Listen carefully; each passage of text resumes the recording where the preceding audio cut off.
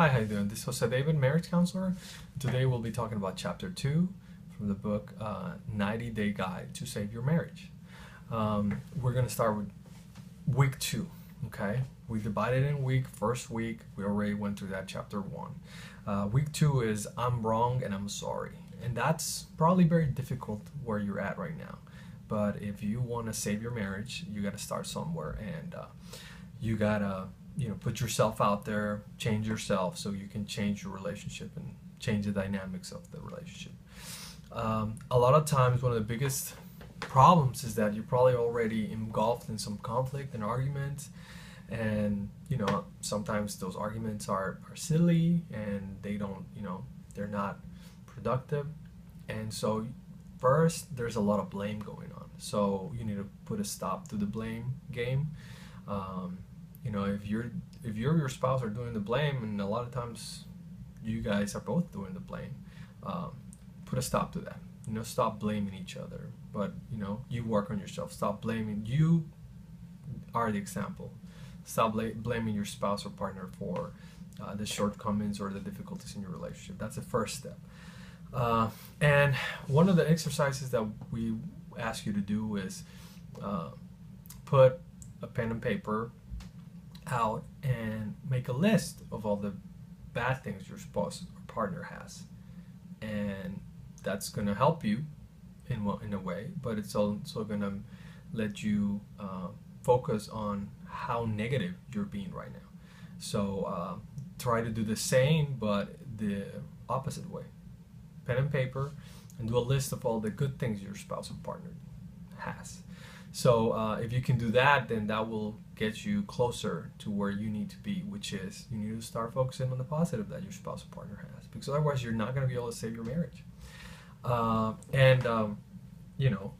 Don't be selfish, because blaming people is very selfish, and thinking that the relationship is about you is very selfish. The relationship is about both of y'all, and you need to focus on your faults in the marriage too, because that way it's going to help you save your marriage and get better.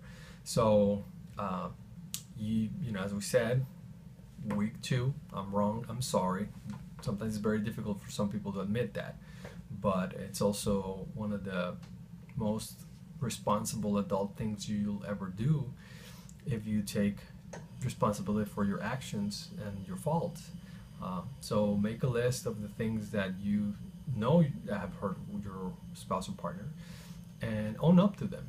Be man enough or lady enough to own up to them, and start working on asking your partner for forgiveness. And so we have some steps here that you need to follow. Follow them, and then week 3 is, you already said you're sorry. You ask for forgiveness, but also nothing's really going to change unless you change. So you need to prove to your partner that you actually mean the words and the words and the forgiveness that you ask for, and all the faults that you admitted to, by changing the way you behave. So you need to start changing the way you behave in the relationship. Hopefully admitting to your own faults will give you some insight into what you need to do to change the relationship and change yourself.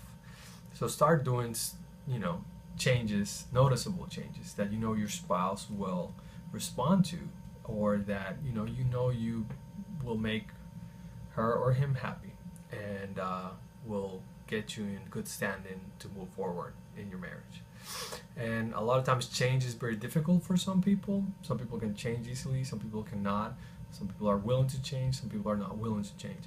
So do the workbook, follow the the tools that we've given you in the workbook to work on yourself and figure out if you can change yourself, and what kind of person are you in the change scale. Evaluate yourself honestly, and that will only help you get better at changing for the better in your relationship, and hopefully changing your marriage. And what we expect of you is that you can change internally, and some of the things that we want to give you to help is obviously don't be stubborn. Not changing is not going to get you anywhere. You're not going to win anything. Being right is not going to make you happy in your marriage. So here are some guidelines. Put yourself second. Think that your spouse and your marriage are first. Compromise. Make a compromise with yourself and your spouse that you are going to change, and reevaluate your goals. Whatever goals in your relationship you've had, try to look back at them and see if they're still relevant. The other thing is your focus is to grow together, not apart. So start working on that, and so start working on those things. Follow the workbook, and you'll be on your way to hopefully saving your marriage with the work that you put in. Thank you.